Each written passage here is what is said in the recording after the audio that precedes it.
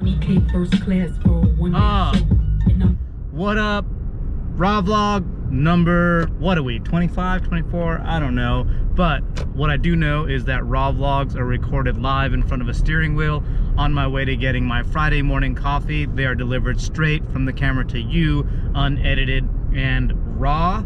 We've got channel news, we've got point of curiosity, point of gratitude, and then our subject matter, which today is why you should stop mountain biking sometimes. If you're unfamiliar with the channel, I'm Alan. This is the MTB Alan channel.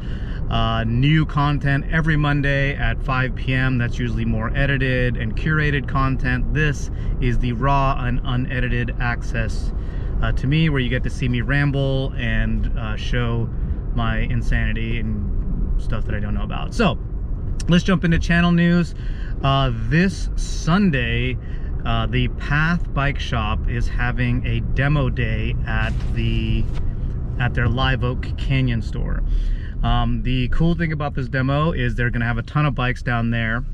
That's cool. The really cool thing is that Aaron Gwin is gonna be there, which is awesome. So you'll get to ride with Aaron Gwin if you want to on the luge.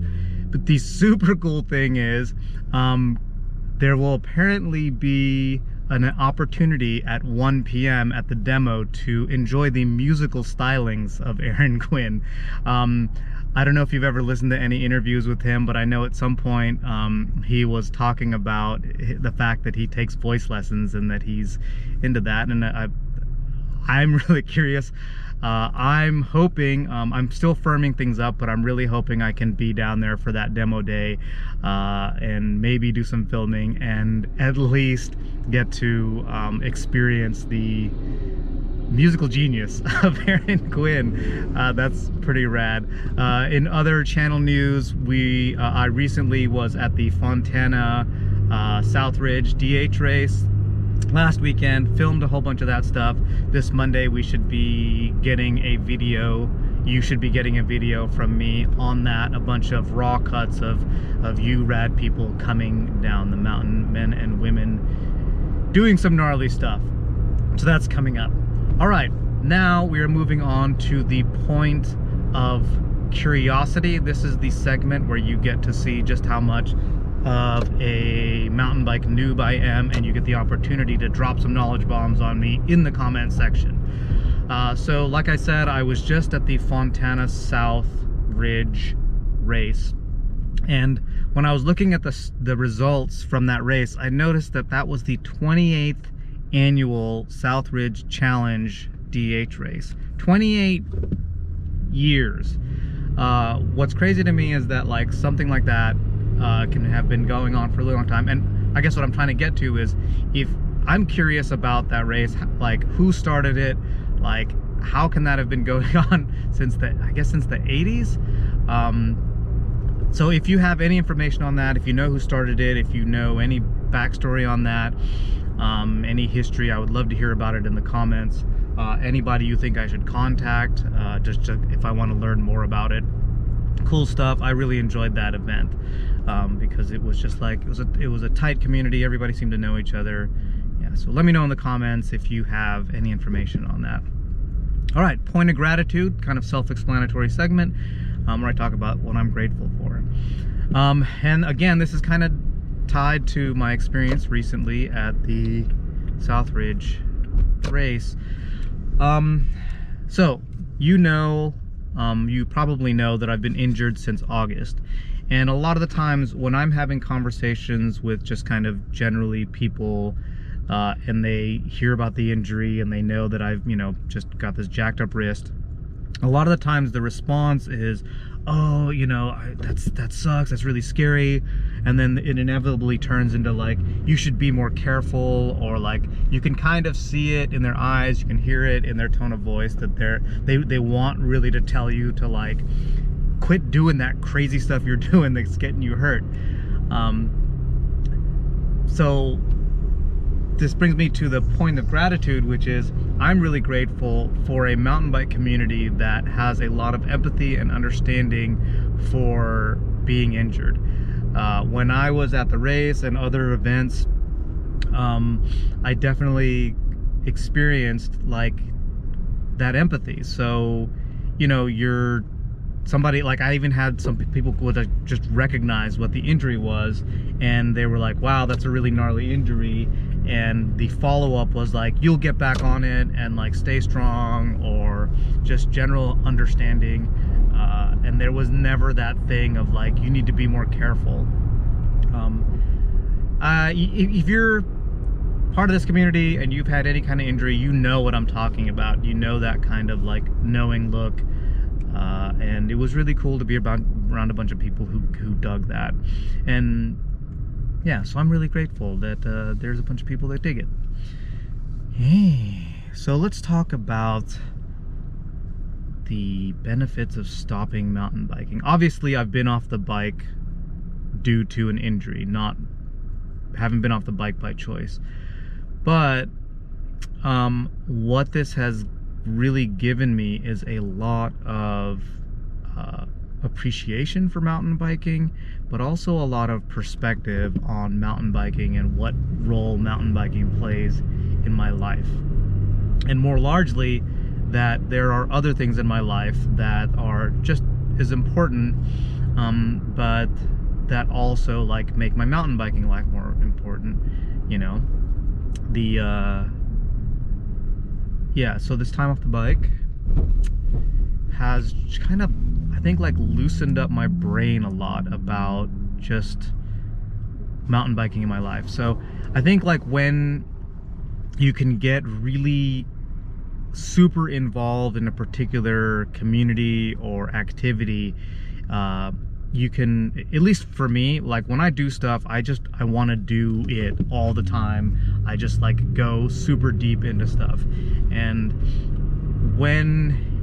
I think when we do that a lot, our brains can kind of become like you know those Incan walls, like thinking like those Incan walls in Peru, where like the stones are like so tightly fit together, like they're just like, they don't need any kind of like mortar or anything. It's just like pure masonry.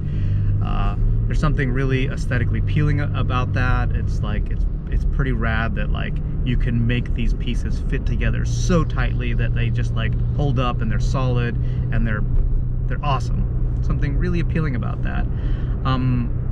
And that can be appealing to us when we think about like any kind of realm of our lives, all these things fitting together really tightly and neatly and perfectly.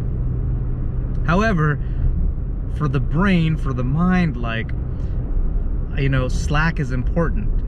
Having, you know, so I guess what I'm saying is when you're getting really into something like I can do, these things can start fitting together really tightly, and you can start, you know, it makes it hard to become creative. It's kind of like riding the same trail all the time, going to the same trail system, or riding the same loop all the time. It's really easy that like you're gonna ride the trail the same way all the time. You're gonna always hit that one rock and get a little air on it. You're gonna hit that berm in that one place, and you're gonna pump out of it a certain way. And getting a little bit of distance from it and going and riding other stuff, you know, like maybe you ride a bunch of stuff in Southern California all the time. Maybe if you know, go up to Santa Cruz, or you go to Utah, or you go to these other places and you ride different terrain, you find that you have to adjust to that. And then you come back to what you've been riding regularly, and a lot of times you'll find yourself riding it differently. So taking that, expanding that out to the place of mountain biking in our lives, you know, like shifting gears, and then just kind of letting your brain work on something else and forget about mountain biking for a minute, allows you to kind of come back to it and see it in a different way. And I think for me, what'll happen is I don't want to shift gears, because I have this kind of like this underlying like fear or just kind of discomfort that like if I forget about it, it's gonna like go away. You know, it's like if I don't think about it all the time, or I don't have some part of my brain working on it, I'm gonna like lose it. I'm gonna somehow lose mountain biking in my life. I don't know what that is. I don't know if you experience that, but that happens to me. But yeah, so there was something I was gonna say earlier that I kind of forgot, but it's basically that idea of, you know, the patterns are still there, and I know that I'm still connected to the community, and I can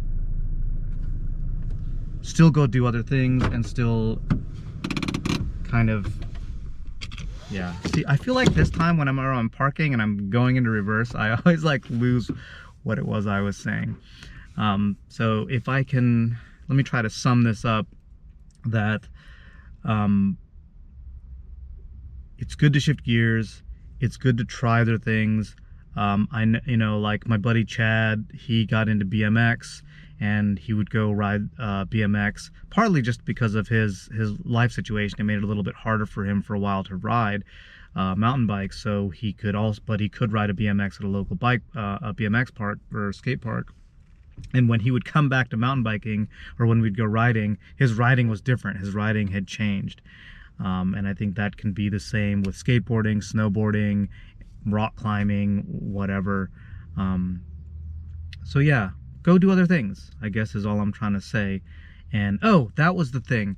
I feel like it's easy when you're super involved in a particular community or a particular activity to take it too seriously.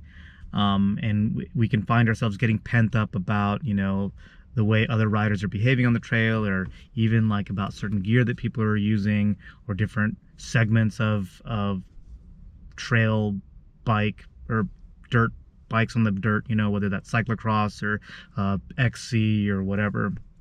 It can make us a little too serious about it. And I think like getting perspective and seeing how mountain biking fits into your larger life makes it so that like you can be less bothered by that. So just generally makes you happier on the trail. And that's really what I'm trying to get to, is like, this is how you're happier on the trail. You're happier mountain biking by not mountain biking. All right, so if you dug this video, hit that like button. If you want to get more content from the MTB Allen channel, new videos every Monday at 5 p.m. Hit that subscribe button. I hope you dug it.